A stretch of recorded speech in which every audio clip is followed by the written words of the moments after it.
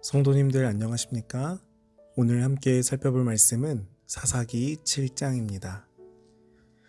사사기 7장은 6장부터 8장까지 이어지는 사사 기드온의 이야기의 핵심 되는 부분으로 기드온과 그의 용사 300명이 해변에 모래같이 많은 미디안 연합군을 무기가 아닌 항아리와 나팔과 횃불을 가지고 물리치는 장쾌한 장면이 기록되어 있습니다.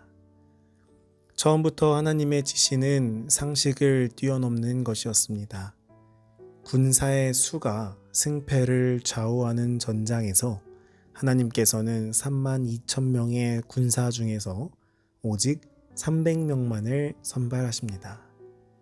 99% 이상을 돌려보내신 것입니다. 강력한 무기가 중요한 전투에서 하나님께서는 오직 나팔과 항아리와 횃불만을 준비하라고 말씀하십니다. 기드온과 300명이 하나님의 말씀에 순종하자 전투는 하나님께서 하셨습니다. 하늘을 덮는 메뚜기 떼 같고 해변에 모래알같이 많은 미디안 연합군은 대혼란에 빠져 뛰고 부르짖으며 도망하면서 서로 칼로 쳐서 같은 편을 죽였습니다. 기드온과 그의 300명의 군사들의 이야기는 골리앗을 이긴 다윗의 승리와 갈멜산에서 바알과 아세라 선지자 850명과의 대결을 한 엘리야의 승리와 함께 우리 가슴을 시원하게 해주는 승리의 기사입니다. 2절에 여호와께서 기드온에게 이르시되 너를 따르는 백성이 너무 많은즉. 기드온을 따르는 백성의 수는 32,000명이었고 미디안 연합군의 수는 13만 5,000명이었습니다. 이스라엘 쪽에서 보면 미디안 연합군은 메뚜기의 많은 수와 같고 해변의 모래알같이 많아 보였습니다. 기드온을 따르는 백성들은 미디안의 억압을 받았던 지난 7년 동안 군사훈련을 하지 못했고 가지고 있는 무기도 변변한 것이 없는 오합지졸이었습니다. 군사 숫자도 너무 차이가 나기 때문에 신속히 병력을 보충해도 모자랄 판이었습니다. 그런데 여기서 하나님께서는 병사의 수가 너무 많다고 말씀하십니다. 3절에 두려워 떠는 자는 길르앗 산을 떠나 돌아가라 하라 하시니. 전투를 앞두고 두려워 떠는 자는 돌아가라고 말하는 것은 이스라엘의 관습이었습니다. 그러나 기드온은 이런 통상적인 선언도 할 수 있는 상황이 아니었습니다. 미디안 연합군에 비해서 지금도 수가 너무 적었습니다. 하지만 하나님의 명령이 있었기에 그는 두려운 자는 돌아가라는 명령을 내렸고 32,000명 가운데 22,000명이 돌아가 버렸습니다. 군사의 3분의 2 이상이 돌아가 버린 것입니다. 그 당시 상황이 얼마나 절망적이었으며 기드온을 따르는 백성들의 사기가 어느 정도였는지를 우리는 짐작해 볼 수 있습니다. 누가 봐도 불가능한 싸움이었습니다. 기드온을 두고 떠나버린 22,000명은 죽는 것보다는 미디안을 섬기는 것이 낫다고 생각했을 것입니다. 이런 형편 가운데서 하나님의 약속도 승리를 줄 수는 없다고 생각했을 것입니다. 하나님의 백성이 대적과 더불어 싸울 때 두려워서 떤다 하는 사실은 불신앙에서 비롯된 행동이었습니다. 하나님께서는 왜 그들로 하여금 돌아가라고 하셨을까요? 하나님께서는 그런 믿음이 없는 자들을 통하여 영광 받으시기를 거절하신 것입니다. 우리는 혹시 하나님의 약속에도 불구하고 두려워 떨고 있지는 않습니까? 두려워 떠는 자는 돌아가라는 그 말만을 기다리며 들썩이고 있지는 않습니까? 우리 모두 하나님께 믿음으로 영광 돌리는 군사 되기를 간절히 바랍니다.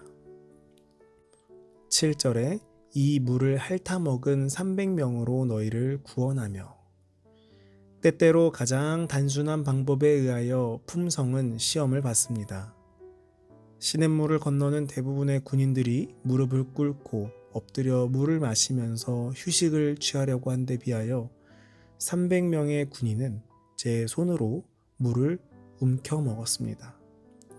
하나님께서 택하신 사람은 자신들의 필요로 인하여 의무를 이행하는 일을 지체하지 않는 소수의 사람이었습니다. 선발된 300명은 용기와 자제력을 가졌을 뿐 아니라 신앙이 돈독한 자들이었습니다. 그들은 우상숭배로 자신을 더럽히지 않은 자들이었습니다. 비로소 하나님께서는 그들을 선택하셨고 그들을 통하여 이스라엘을 구원하셨습니다.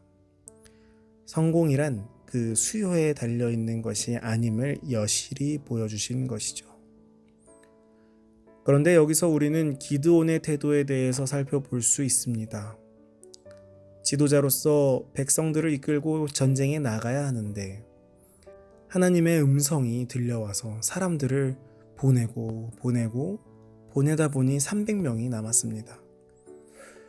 우리가 만약 기드온이었다면 어떤 생각을 했을까요? 의심하지 않았을까요? 이것이 정말로 하나님의 명령인가? 내가 혹시 착각하고 있지는 않았을까? 하나님의 말씀을 잘못 이해한 것은 아닐까? 그러나 기드온은 의심하지 않고 믿음으로 300명을 데리고 전장으로 나아갔습니다. 어떻게 이런 믿음이 가능했을까요? 그는 이미 기도의 응답을 받았기 때문에 가능했습니다. 이미 앞선 시간들 가운데 하나님과의 교제가 이루어지며 하나님과 기도로 소통하고 응답을 받은 경험이 있었기 때문에 그는 이런 결단의 시간, 믿음이 요구되는 시간에 흔들림 없이 믿음을 나타낼 수 있었던 것입니다. 우리도 마찬가지입니다. 작은 것에서부터 믿음을 가지고 기도로 하나님과 소통하며 나아갈 때 결정적으로 믿음이 요구되는 그 순간에 흔들리지 않을 것입니다. 작은 것에서부터 하나님과 함께함으로 믿음의 승리를 이뤄내는 우리 모두가 되기를 간절히 바랍니다. 15절에 나팔과 횃불을 감추게 하고 기드온 군대의 주 무기는 나팔과 항아리 그리고 횃불이었습니다. 이것은 무기가 아니죠.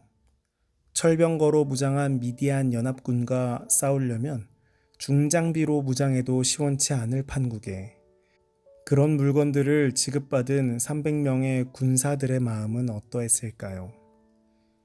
그러나 그들이 그럼에도 불구하고 순종한 것을 보면 기드온과 하나님을 절대적으로 신뢰한 것을 볼 수 있습니다.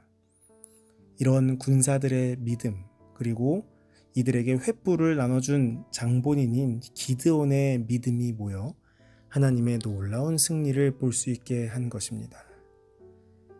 기드온의 군사들은 신호에 따라 나팔을 불면서 항아리를 깨뜨리고 타오르는 횃불을 쳐들면서 여호와와 기드온의 칼이여라는 함성을 외치면서 적군에게로 질주하였고 미디안 연합군은 혼비백산하여 도망하였습니다. 그날 밤 미디안 연합군은 13만 5천 명 가운데 12만 명이 죽임을 당하였고 살아남은 1만 5천 명만 그곳에서 도망칩니다. 오늘 우리는 말씀을 통해 하나님의 일에는 숫자나 장비가 성공을 결정하는 것이 아님을 살펴봤습니다. 얼마나 순종하는가, 어떤 믿음을 가지고 있는가가 결국 승리의 성패를 좌우했음을 우리는 볼 수 있습니다. 하나님께서 돌려보내신 3만 1,700명의 이스라엘 군사들의 모습이 우리의 모습은 아닌지 지금 이 순간 다시 되돌아보게 됩니다.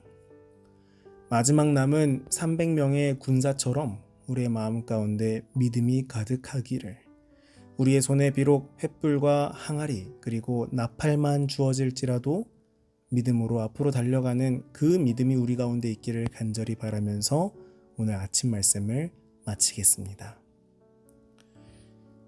오늘은 청년반 정은도 청년을 위해 기도하겠습니다. 하늘에 계신 아버지, 오늘도 말씀으로 하루를 시작하게 하심에 감사합니다. 오늘은 정은도 청년을 위해 기도합니다. 학업에 함께하여 주셔서 지혜를 주옵시고 먼 곳에서도 잊지 않고 하나님을 찾아 주의 전에 나오는 그 발걸음에 축복 더하여 주시옵소서.